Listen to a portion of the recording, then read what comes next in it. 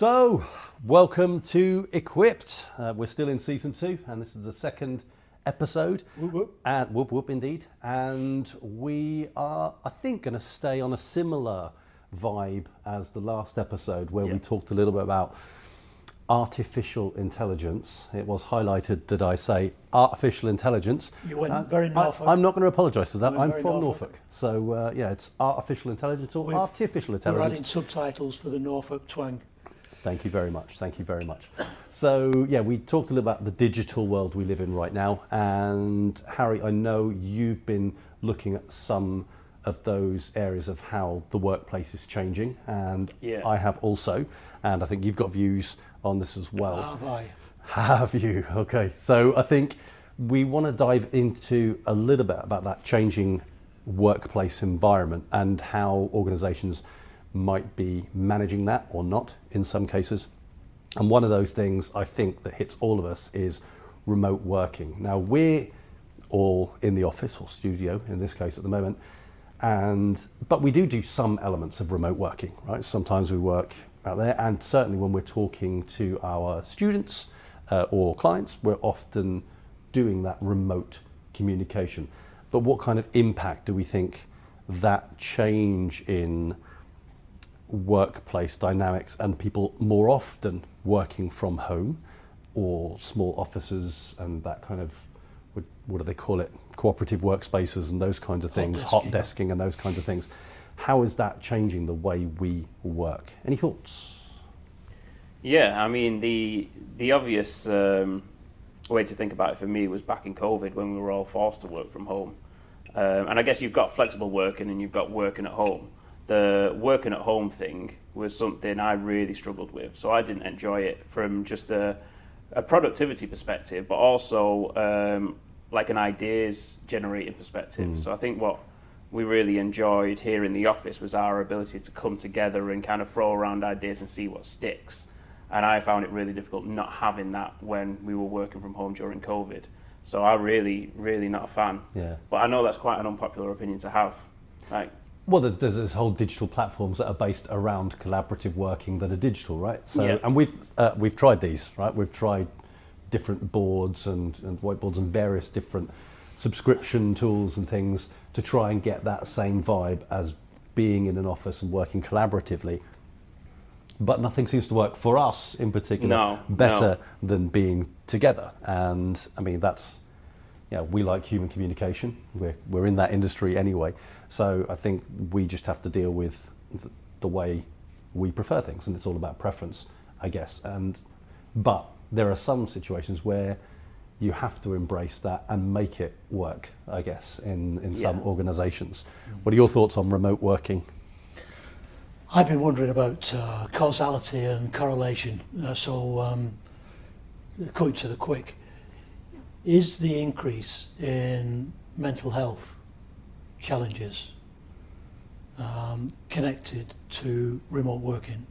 In other words, as the virtual working and the lack of social interactions and support and having a drink at the coffee machine or the water cooler to just oil the cogs of relationships and work, is losing that, as that being partly responsible for the increase in mental health challenges?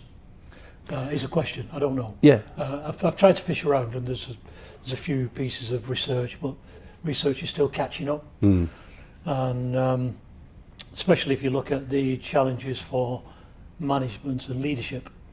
So if you've got an organisation, you're a manager and a leader, and I was reflecting on this myself in preparation for this, where in parallel to the work at EIA, as you know, about 9 years ago, I was also running an organisation with 50 staff, and our CEO went off unwell as soon as the lockdown was announced, and I was the only one who could step in as CEO. So I went in for 6 months until we could find a replacement to manage the organisation.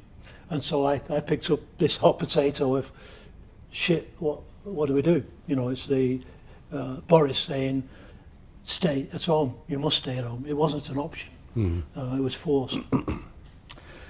So the challenges of that I've seen firsthand, with those staff, and some of the mental health issues that some of the staff struggle with, and they came to work for a release. Some of them reported, I come here for a break. I enjoy my work. It's my function. I'm back at home.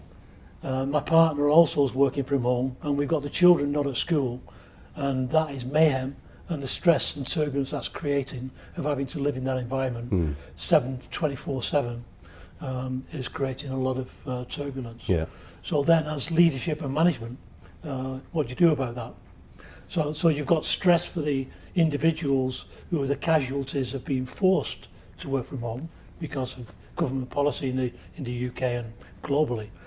And then second, you've got if I'm the manager or a departmental head, I can't use is everyone busy? Is everyone doing what they should be doing? Scan around the office anymore. I've got to build in new methodology to deliver the functions of the organisation. So you've got stress from both. And so that got me thinking a lot about the impact of emotional well-being, emotional health, emotional intelligence.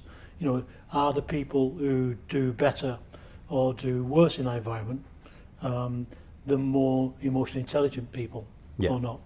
And I think this plays into some research I was reading on remote working, and they were making comparisons between different leadership styles, being adaptive leadership and rigid leadership. And what we need now is adaptive leadership people, and they're the people that can recognise in the digital workplace we live in right now, they can recognise those impacts and adapt appropriately to make sure that their style is functioning and effective and appropriate for all staff members.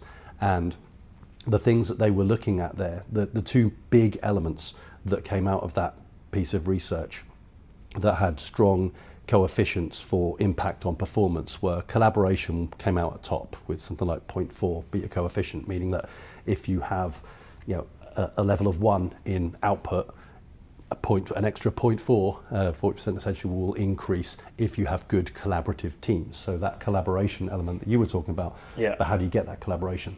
The next factor that was the biggest consideration was emotional intelligence. So if you have emotional intelligence in an organisation, then it typically goes hand in hand with better collaboration, but it also drives more adaptive leadership because those people then have an ability to look out across the workplace and identify where they are, identify where everyone else is, and make those appropriate shifts and changes in line with the changing context, that digital workplace. So it was great to see that, and I think there was like 300 leaders included in that. So it's not, it's a decent sample, but could do with going wider and seeing if that's culturally the same around the world.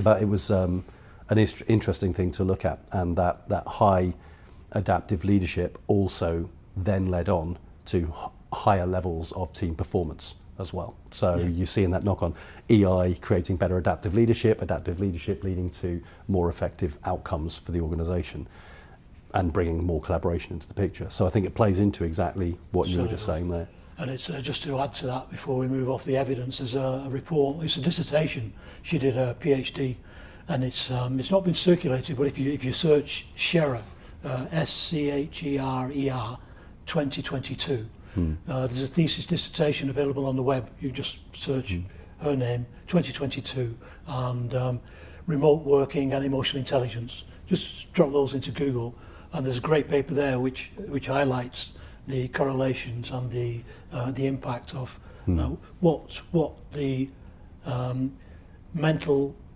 health levels were like correlated to the emotional intelligence.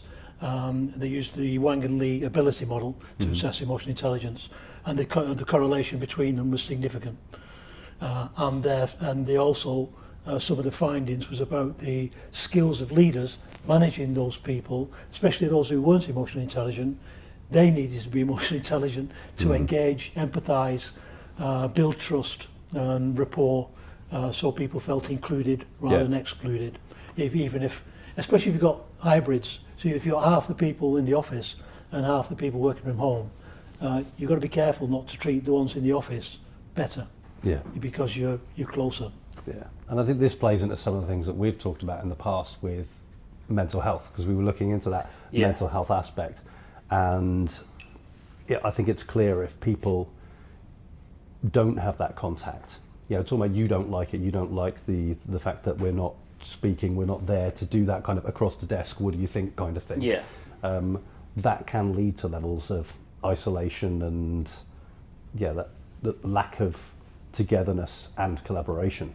Yeah, I mean, there's a lot of software out there now that kind of enable you to collaborate remotely. But what you tend to see is people will do it within an echo chamber of the people they directly work with.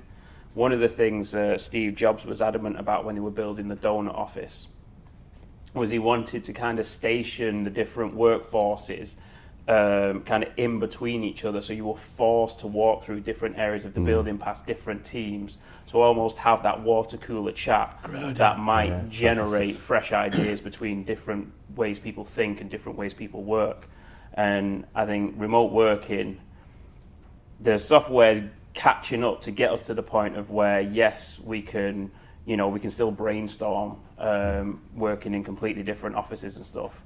But I do think it still keeps it contained, and there's just lack of that spontaneous chaos that you get in an office. Yeah. And I think the chaos should be encouraged more rather than being limited to, a chat thread between just the developers or just the recruiters or just, the salespeople.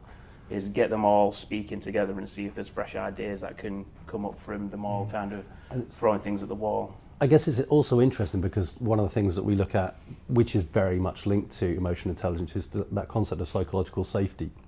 And when you're in an office and you have face-to-face contact, is there more chance that you're actually going to say something or bring something up? Yeah, I think 100%. Than when you're remote and you're going to actually have to type it out and send it to someone, or you have less of a contact, with a Zoom avatar. I mean, it's not an avatar because it's a real person, but how does that impact the communication line? Shara points that out as well. She said you're losing the multi-channel communication. So the richness that we talk about, six channels, well, the richness of being able to smell the person. You've got them, the body, the face, the everything. You can spot whether something's off. As you walk into the meeting or away from the meeting. We're on Zoom or Skype or Teams. It's bang, we're on, bang, we're off. Very little lead-in and coffee times. And there's also, obviously, when we communicate when we're not all in the office, we communicate through Zoom. So we use Zoom Office as well. Some people use Slack and things like that. And obviously emails and text messages and those things. But as we know, those things can be lost in communication because I might say something to Cliff or to you, Harry, and I'll send a message and I mean it just because I'm just asking for clarity, and you might see it as a criticism, but it's just the way I've written it in shorthand because it's delivered. And then you obviously overlay that in your mind with a certain vocal tone and those things, and then we go down the wrong track because we don't have those extra levels. So that increase in text-based medium of communication is something that causes that could cause problems from a thankfully we've got emoticons, because you can put a wink on the end and let people know that you're joking, or so those help a little bit, but they're still limited, aren't they? And not everyone uses them, to be fair. And they can be used to manipulate as well. I've used them to manipulate the way that my message is potentially interpreted. I can be really, really angry at someone, but if I throw in a little cheeky winky face at the end, I can kind of diffuse the anger that I might be feeling, whereas face to face I'll find it much harder, and that's probably a good thing. That's probably easier to have that face to face. Yeah, I think so. And in some cases, it's healthy for people to recognise you're angry, and messages can be misinterpreted in both ways. So people can think you're angry and you're not, or they can think you're okay, and actually you're really pissed off. And it's important that can be seen. Emoticons can help a little bit in conveying how you're feeling, but they can equally be used to mask how you're feeling. And that's something that is much harder to do when you're face to face. Yeah, and it's just spontaneity as well, isn't it? I mean, no, I've got to read. You wanted to say something then, and I better. Should I shut up or should I put my point over? Because I've just seen your body language. You should shut up, and then I can. No, carry on. But spontaneity, we can read. Should I be? But on a passive message, you've got so much thinking time, so you can be more considered in your response if you've got thinking time, and we don't often give ourselves thinking time in this forum, do we? No. If I ask you a question, I expect something within 7 seconds. How very dare you, I can do it in less than that. But no, I think, but this all comes back to that adaptive leadership again, right? So it's knowing what is needed for the people within your team. And the job at hand as well, because tasks, why would you have to be in an office with a task? If we're doing task-intensive work, a lot of the time we'll have our headphones on because we're just cracking on with our stuff. So you're in silos. If I'm grading and you keep talking to me, that's not going to go well. No, absolutely not. So yeah, it is very task dependent on how much communication we need. But if you're talking project based, and we do have some big projects sometimes, then that's where collaboration is important to make sure we're 100%. All going in the same direction. We understand what those milestones of the project are. We're collaborating, all working effectively together towards that end goal. But I think that adaptive leadership is really important because the way you work, the way Jordan works, the way I work, the way Cliff works is slightly different, and we need to be sensitive to those differences in preference for work, but help people to understand that they can flex or should be able to change in their working style to try and communicate more effectively with each other, and not say, I don't work well with others, leave me alone. Well, you have to work with others. That wasn't a direct either of you two, but you have to work with others. So how do you more effectively do that? Here are some strategies from emotional intelligence or whatever it might be, or leadership and management strategies. So I think it all ties back to that adaptive leadership side, and there is a knock-on effect with that and psychological safety and well-being, because people don't have psychological safety, they can't communicate, they're not collaborating well, people are confused, they don't have clarity, mental health can suffer in those areas, burnout can be an issue, those kinds of things. Some of it comes back to that old cliche of working smarter, not harder. And I think that plays a bit into some of the things you've been looking at with regards to how long we work. So you were looking at reduced working weeks? So the 4-day work week. But just before I move on to that, there's just a thought of whether the working from home, flexible working, all that kind of thing, whether it's a case of the path of least resistance not necessarily being the best path. So I had a grandma who really didn't like leaving the house as she got older. Despite every time she did leave the house, she'd have a really good time. But her natural instinct was to stay at home. And I wonder whether the same thing can apply to work. Because I think in some cases it did for me. There's always washing to be done. That, you can stick it in the washing machine 2 hours, it's going off and you can get some work done. So it's literally a minute to do that job. So there's a lot of ease that comes with remote working of, my parcels get delivered on time, I can do my washing, I can have the food in my fridge rather than going out and spending a fortune at the local places, all that kind of stuff. So I think it's better for me, but from a mental health perspective, if I actually think about how I feel at the end of a week working from home versus a week in the office, I'm much happier at the office, even though if on a Monday morning when I wake up and I'm a little bit hungover, someone says, would you like to work at home this week or would you like to go to the office? I might say, or I probably would say, at home, because path of least resistance.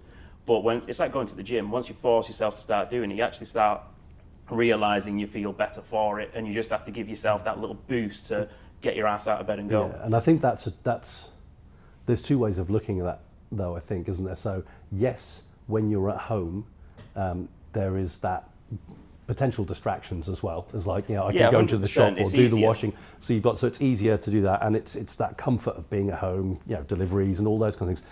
But there's also the encroachment of the work-life balance.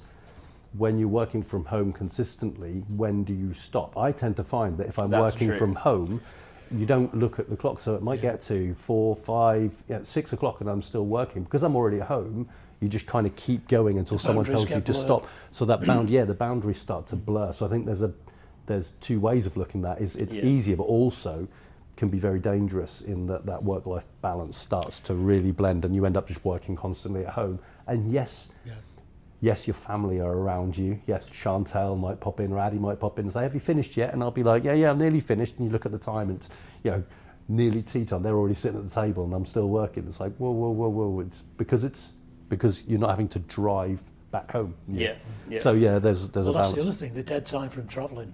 So I only live probably 10 miles from the office, but I can take an hour and a quarter if I'm travelling at peak times with the traffic. So in a day, that's 2.5 hours.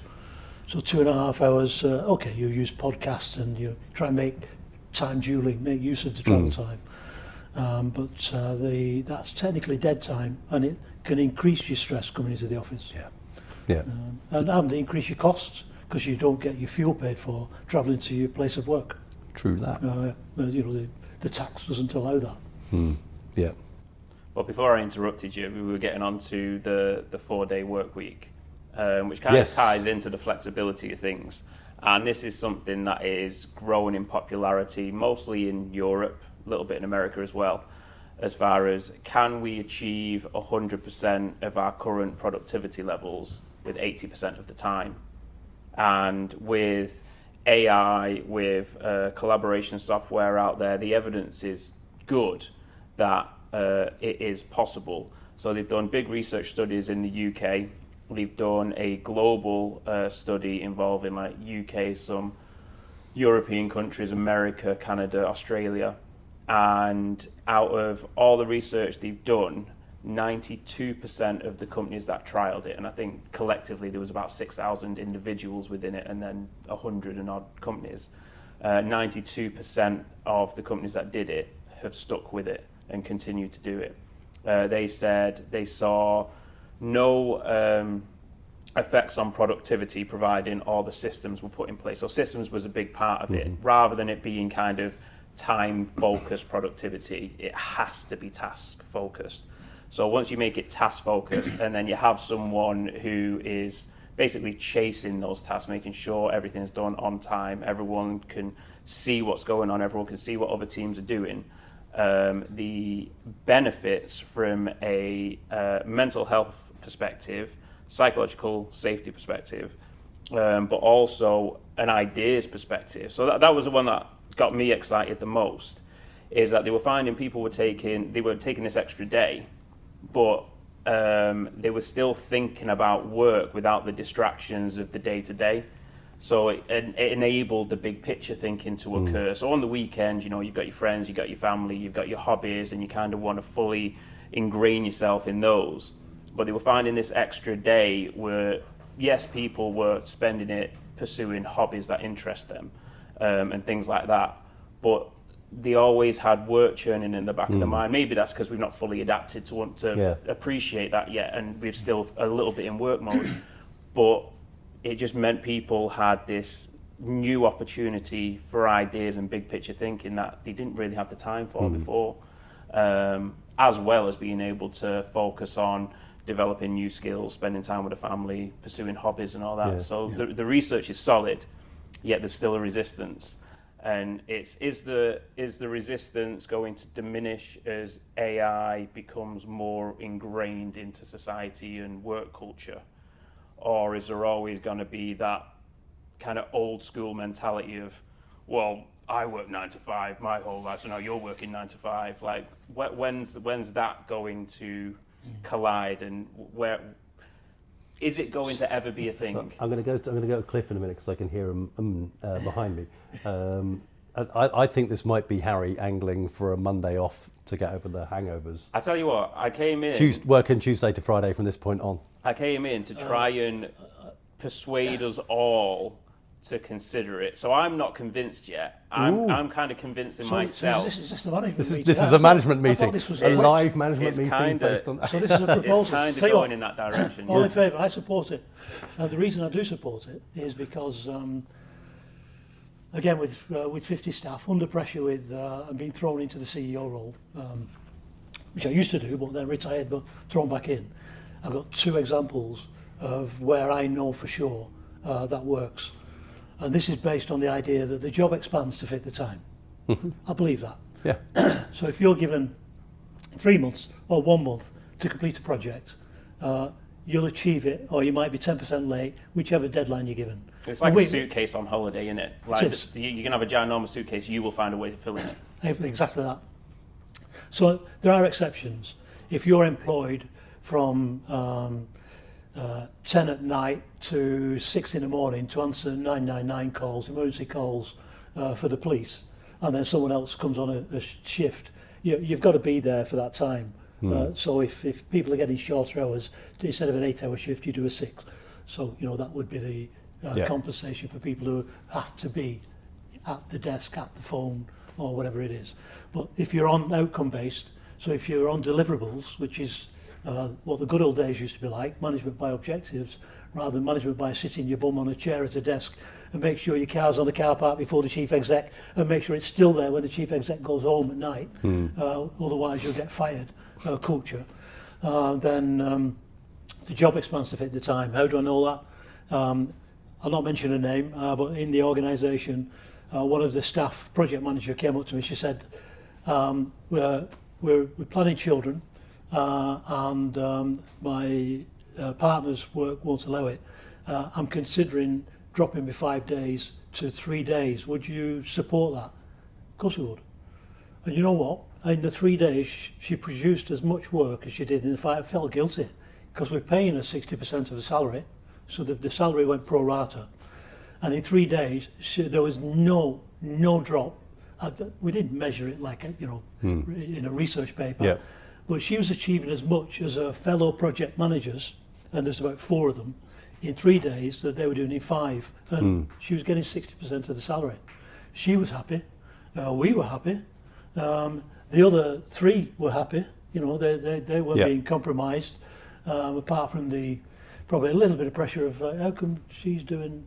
She's managing X projects and you're managing X projects in the time. So I'm sure some of that thought did go on. But that was number 1. Number 2, we hit COVID.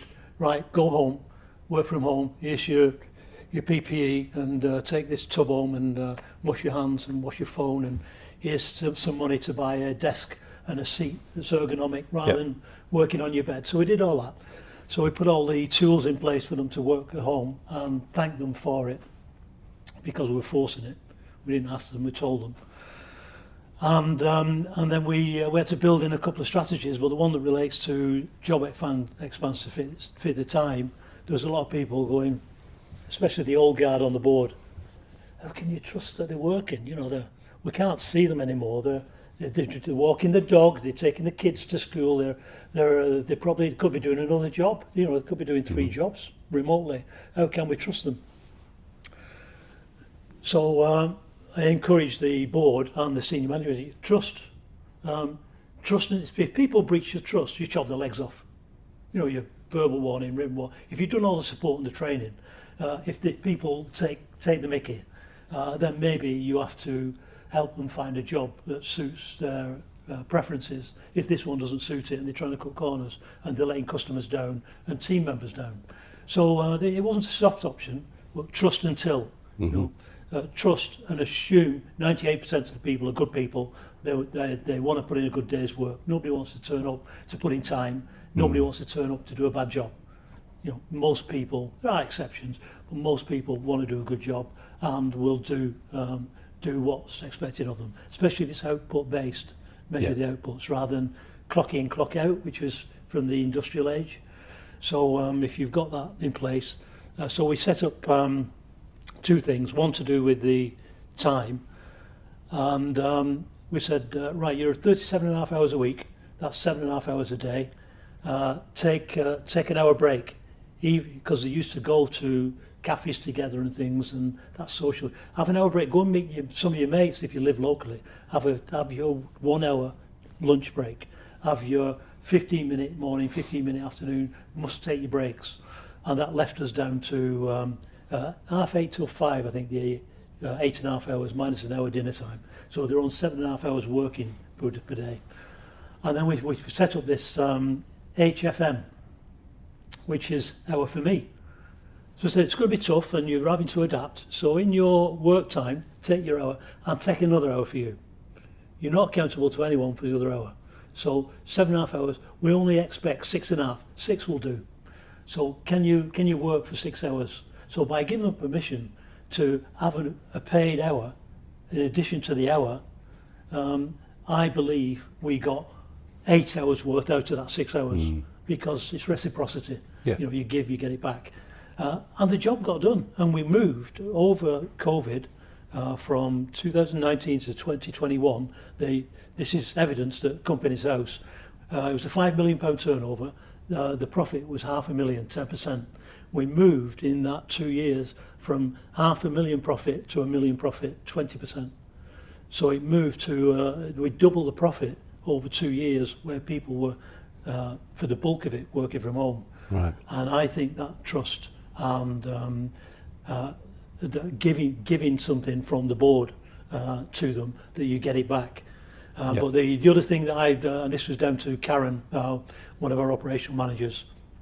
She was in charge of communications, and we give her that job, or I give her that job from on the first day. We've got to keep, when people are from home, you're in charge of keeping the oil in the cogs. So she set up almost like the donut, but what we did is there was four big teams. The 4 teams meet for half an hour every Monday, around about 10ish, after the school drops, to allow that. So 10ish, meet for half an hour, then have an half an hour break, and then half an hour later we met as a full group. We were using Skype. I think you could just get 50 people on the screen. And obviously, some people wouldn't make it, but we got the full team in. And each week, over a month, one team shared what they're up to. We didn't need to share it. We didn't have time really. Just get on with the work, And so one team, marketing and sales, we shared, this is what we've been up to. This is what we're planning for the next month. We'll see you again in a month. And this is the support we want from you 3 teams and the management board. So this is what we want from you. Yeah. And so they agree what support we want, not have we delivered. And by reversing that, having those, we call them huddles. Sounds a bit soft, but it was a weekly huddle, and got the group together, and that with a Friday check-in, the people were highly productive and very little mental health challenges as a fallout. Nice. And Skype, retro. Skype. Very retro. I don't think does Skype still exist? I have no idea. Teams now, innit? All Teams, yeah. Microsoft owned. But there's some evidence of this working, and one of the other things that you mentioned was that time to go subconscious as well and think about idea generation, that extra day, and that plays into something we talk about with our MSc students. So I talk about so Guy Claxton wrote a book called Harebrained Tortoise Mind, and that's about the power of the subconscious and not trying to force answers to problems. Yeah. So that I've got a problem. What do I do? And we try and force all of our cognitive resources to deal with this problem and find a solution. Where sometimes a day, you're walking the dog or you're doing something, and suddenly the idea pops into your head because you've considered that yes, there is a challenge here, but I don't need to deal with it now. I've got until Wednesday next week to come up with a solution or idea. Let's just think about it and let it go, and then your subconscious will continue to process that. And it's sometimes, when you've got that day off or at the weekend or when you're sleeping, you wake up and you've got a creative idea, because creativity doesn't happen with your cognitive force. Creativity happens at that more subconscious level. The reverse. Yeah, so that subconscious is really important. So that just ties in a little bit with harebrained tortoise mind kind of stuff. Absolutely. Yeah, indeed. If we were playing devils, though, is there any reason why a 4-day work week would be a bad idea? I think so. The job expanding and all that kind of stuff, and there'll be some people that it doesn't work with, and also if the rest of the world is still on a 5-day week and all your clients, students and those things are on a 5-day week. Oh, but I'm suggesting you have to rotate it. So you still have to have, depending on what role you're in. Like us, for instance, we just can't tell all our students, don't call us on a Wednesday. So it'd always be rotated. There'd have to be systems in place to make sure that there's no impact on customers, essentially, whether that's students, clients, whatever. In Italy, maybe. They take a month off in August, some organisations. So the organisation that we know, who we used to... You weren't suggesting that all of Italy takes a month off in August, but yeah, I do know that there is... They also take 4-hour lunches though, don't they, really? True. Well, it was. Because I'm like, when are we getting back? I was leading a train. When I was training in Milan, it was the same thing, yeah. When are we getting back? It's, I've got some content together. I've got something on. Just chill. You don't. I'm not going to impersonate an Italian. You don't understand. This is important and fair play. It's oiling the cogs. If you take a 2-hour lunch rather than quick sandwich at Greg's and get back. Yeah. So I'm not criticising it, but it was a shock for me culturally to have 2-hour lunches when I planned to do 7 hours of content and I've only got 5. Yeah. And to the whole organisation was closed for 4 weeks, and that just blew my mind. Yeah. But I think we should go further than 4 days. I don't know what's about to be proposed. Oh, the 4-hour work week. Oh, it's a classic. Remember Tim Ferriss? Yeah. And you know the secret. He doesn't actually advocate for a 4-hour work week. Yeah, he did. That, though. Yeah, no, it's just a very catchy title. He's gone full circle because Charles Handy. Just saying, I'm not seconding this proposal. I think we could do it 4 hours. It's the contractual core. Charles Handy used to call it a shamrock organisation, where you've got your contractual core, the spirit, the vision, the people who usually own the business at the heart. And then rather than have employees putting in time, have contractors achieving outcomes. So it's a contractual fringe, he called it. And there was Shamrock because he had 4 contractual fringe. You've got your accountants and your lawyers, you've got your subcontractors doing the production, you've got your marketing, SEO advisors and so on. But if you set that up, instead of monitoring time, you measure outcomes. When you've done this, in 2 months, can you deliver this deliverable? And by the way, after 1 month, can we have a check-in? Are you on target? Do you need support, training, resources?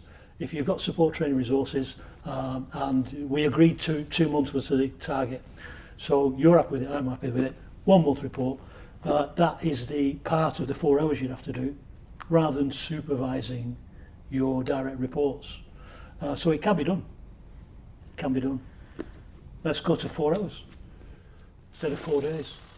Okay, so on that I note, don't have that many hobbies. On that bombshell, I think it's definitely an interesting one to consider. Remote working here is be interesting to know what everyone else listening to this thinks as well with regards to remote working, whether they do remote work, or if there's some kind of flexible working. How does it work for you? What do you prefer? Be interesting to hear, and then maybe we can dive into it a little bit more. Is there anything else you want to add before we close, though?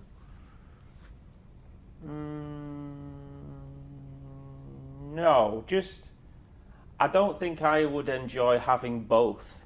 I don't think I would enjoy having remote working and a 4-day work week. For me, I would just schedule everything that would require me to have flexible working on that day. So I could just, that day is dedicated to like a life admin day, which might be 50% hobbies, 50% getting my house in order. But I'd need to be in the office for the other 4 days. I love being in the office. It's all right, isn't it? It's brilliant, yeah. So I couldn't do both. I'd definitely push for a 4-day work week. Make sure the 100% productivity is being met with 80% of the time with the introduction of the right tools. But yeah, I'd have to be in the office every day. Well, that might be a preference. However, in the next 10 years, piggybacking on the artificial intelligence chats we've been having in parallel to this, work's changing, especially the routine, administrative, repetitive tasks, and that's being handled by ChatGPT and artificial intelligence. And if that progresses in terms of artificial general intelligence, then the prediction, if you listen to some of the Steve Bartlett podcasts and something else on AI, the workforce is going to deplete by 90%. So we only need to be working for 10%. We've got to train for leisure, and okay, we need to pay for food and houses and mortgages and things. But if that's being handled, our work week is going to be what's 10% of 40. I'm not sure that's the way it goes, though, is it? Because it's just going to be like when we stopped coal mining over here. It's like in a very short period of time, 50% of the jobs that we were doing didn't exist. We didn't just stop working, we had to find new jobs and new things to do. And I feel like artificial intelligence is probably going to be like a modern day equivalent of that, is 50% of jobs that AI can do will disappear in a very short period of time. And then it's, what the hell did those 50 people do? It's not going to be not work, it's going to be a type of work that I don't know exists yet. And if we have general artificial intelligence at that point, there's a lot of things that are going to shift anyway. So well, at that point, we're definitely not fucking. Yeah. So yeah, but no, it is an interesting one to consider, and I think it'll be interesting to hear what everyone else thinks. So that is the end of this episode, and we'll speak to everyone in the next one. Nice one. Nice one, mate. Cheers.